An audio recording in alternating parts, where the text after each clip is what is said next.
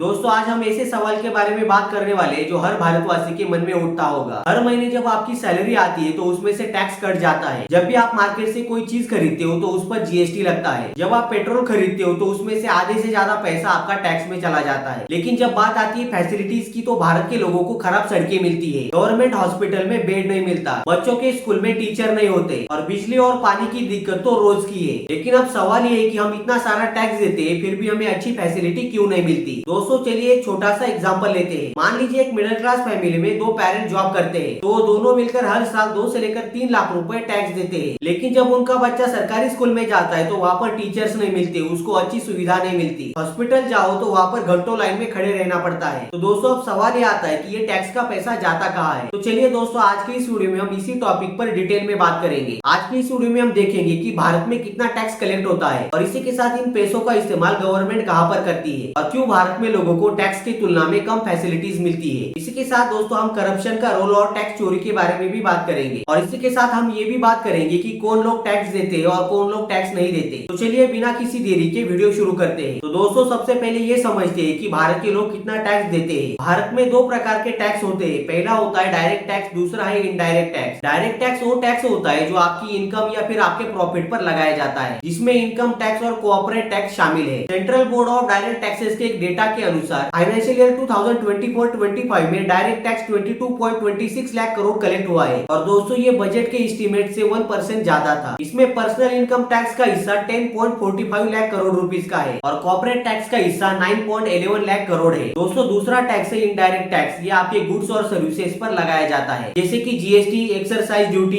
Custom duty. 2023-24 में GST से 22 lakh crore rupees collect हो गए। दोस्तों पेट्रोल पर लगभग 100% टैक्स लगता है, मतलब दोस्तों 50 रुपए के पेट्रोल पर 50 से लेकर 60 रुपए टैक्स ही होता है। अब दोस्तों समझना ये जरूरी है कि ये टैक्स कितना बड़ा है। 2023-24 में डायरेक्ट टैक्स का शेयर टोटल रेवेन्यू का 56.72% था और दोस्तों ये पिछले 14 सालों में सबसे हाईएस्ट है। जबकि इनडायरेक्ट टैक्स का शेयर 43.28% था। टैक्स टू जीडीपी रेशियो 6.64% तक पहुंच चुका है और दोस्तों ये पिछले 20 सालों में सबसे ज्यादा है। दोस्तों ये आंकड़े ये दिखाते हैं कि भारत के लोग टैक्स देने में पीछे नहीं है। लेकिन दोस्तों एक बात और, भारत की 140 करोड़ पॉपुलेशन में से सिर्फ 1.5 या फिर 2% लोग ही टैक्स देते हैं। 2018 और 19 में भारत के 140 करोड़ पॉपुलेशन में से सिर्फ 1.46 करोड़ लोगों ने टैक्स भरा और दोस्तों ये नंबर 2023-24 में बढ़कर 6.77 करोड़ हो चुका है। दोस्तों ये एक बहुत बड़ा जंप है, लेकिन भारत के 140 करोड़ पॉपुलेशन में से सिर्फ 5% लोग ही इनकम टैक्स भरते हैं। दोस्तों इसे हम एक छोटे से केस स्टडी के साथ समझते हैं। मान लीजिए कोई जॉब करने वाला व्यक्ति हर साल 10 लाख रुपए कमाता है तो दोस्तों वो इंसान हर साल 1 से लेकर 1.5 लाख रुपए का टैक्स देता है। इसके अलावा वो जीएसटी, पेट्रोल टैक्स और प्रॉपर्टी टैक्स भी देता है। दोस्तों ये उसकी टोटल टैक्स लायबिलिटी को 2 से लेकर 3 लाख तक ले जा सकती है। लेकिन अब सवाल ये आता है कि क्या उस व्यक्ति को उस लेवल की फैसिलिटीज मिलती है। तो दोस्तों इसको हम अगले सेक्शन में डिटेल में समझेंगे। उससे पहले ये समझते हैं कि 22 लाख करोड़ डायरेक्ट टैक्स और 22 लाख करोड़ इनडायरेक्ट टैक्स कहाँ खर्च होता है। दोस्तों भारत के बजट के हिसाब से टैक्स का पैसा भारत के डेवलपमेंट के लिए खर्च किया जाता है, जैसे कि road development, railway development, airport development या फिर हॉस्पिटल और स्कूलों के विकास के लिए ये पैसा खर्च किया जाता है। 2024-25 के बजट में कैपिटल एक्सपेंडिचर के लिए 11.11 लाख करोड़ रुपए रखे गए। दोस्तों ये जीडीपी का 3.4% हिस्सा है। ये पैसा हेल्थ केयर के लिए, जैसे कि सरकारी हॉस्पिटल, आयुष्मान भारत और वैक्सीनेशन ड्राइव्स के लिए खर्च किया गया। 2023-24 में भारत का हेल्थ एक्सपेंडिचर 89,155 करोड़ रुपीस का था। एजुकेशन के लिए, जैसे कि सर्व शिक्षा अभियान, मिड डे मील और हायर एजुकेशन के लिए 2023-24 में education expenditure 1.12 lakh crore rupees का था। डिफेंस और सिक्योरिटी के लिए, जैसे कि आर्मी, नेवी और इंडियन एयर फोर्स के लिए 2024-25 में defence budget 6.21 lakh crore rupees का था। सोशल वेलफेयर के लिए, जैसे कि पीएम आवास योजना, उज्ज्वला योजना और मनरेगा के लिए 2023-24 में social welfare expenditure 4.5 lakh crore rupees का था। लेकिन दोस्तों ये सब सुनने में अच्छा लगता है, लेकिन ग्राउंड रियलिटी अलग ही है। हम पेट्रोल पर 50% टैक्स देते हैं फिर भी हमें रोड अच्छे नहीं मिलते। इसी के साथ भारत के बजट का एक बड़ा हिस्सा सब्सिडीज पर भी जाता है, जैसे कि फर्टिलाइजर सब्सिडी, फूड सब्सिडी और एलपीजी सब्सिडी। 2023-24 में सब्सिडी पर 4 लाख करोड़ रुपीस खर्च हुए और दोस्तों ये पैसा भी टैक्स से आता है। लेकिन दोस्तों कई बार ये सब्सिडी गलत लोगों तक पहुंचती है, जैसे कि कुछ अमीर लोगों को इस सब्सिडी का फायदा मिलता है, गरीब लोग इस सब्सिडी से वंचित रह जाते हैं। दोस्तों एक और एंगल से देखते हैं, कई बार प्रोजेक्ट अनाउंस होते हैं लेकिन इम्प्लीमेंटेशन नहीं होता। एग्जाम्पल लेते हैं स्वच्छ भारत मिशन। इसके लिए 2014 और 2024 के बीच 1.46 लाख करोड़ रुपीस एलोकेट हुए।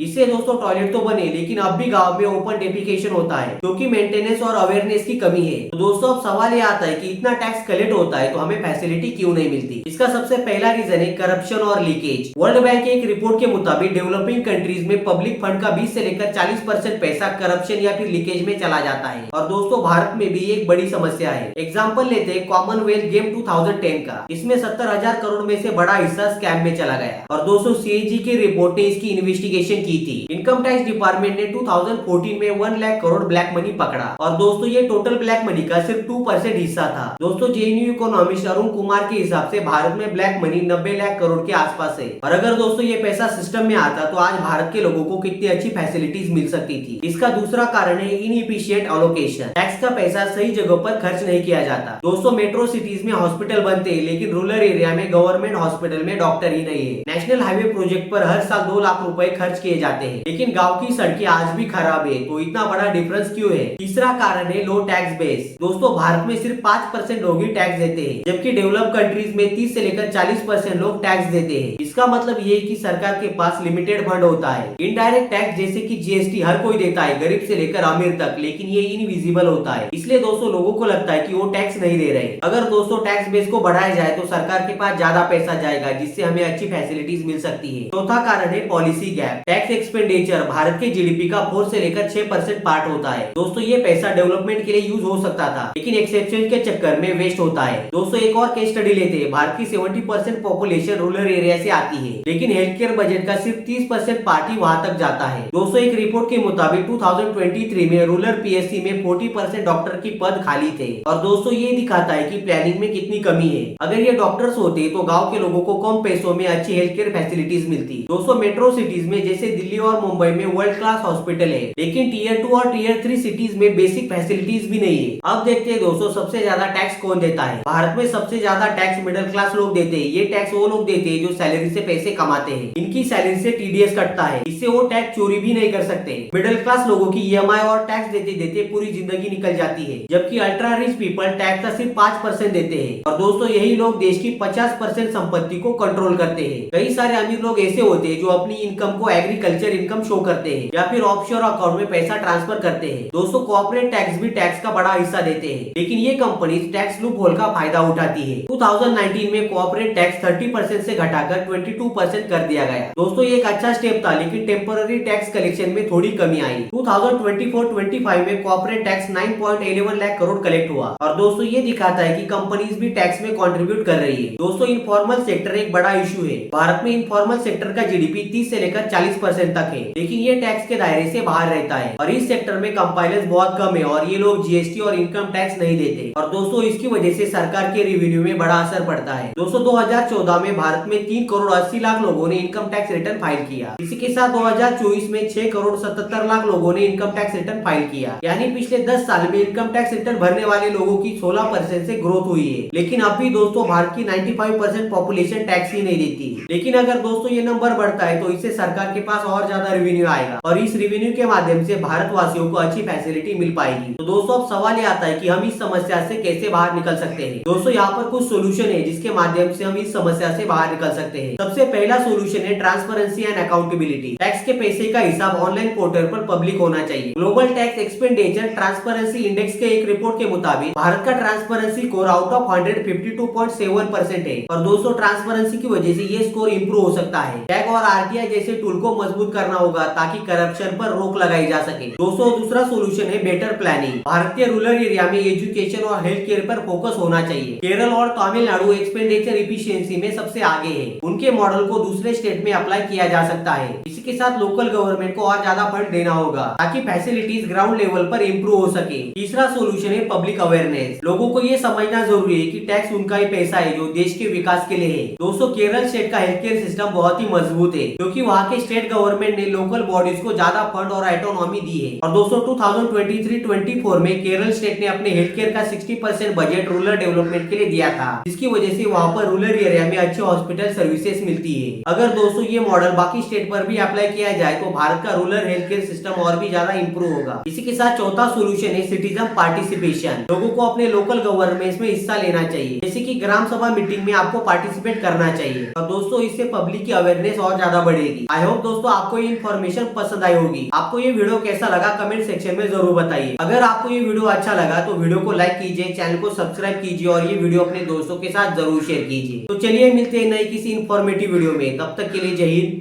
वंदे मातरम।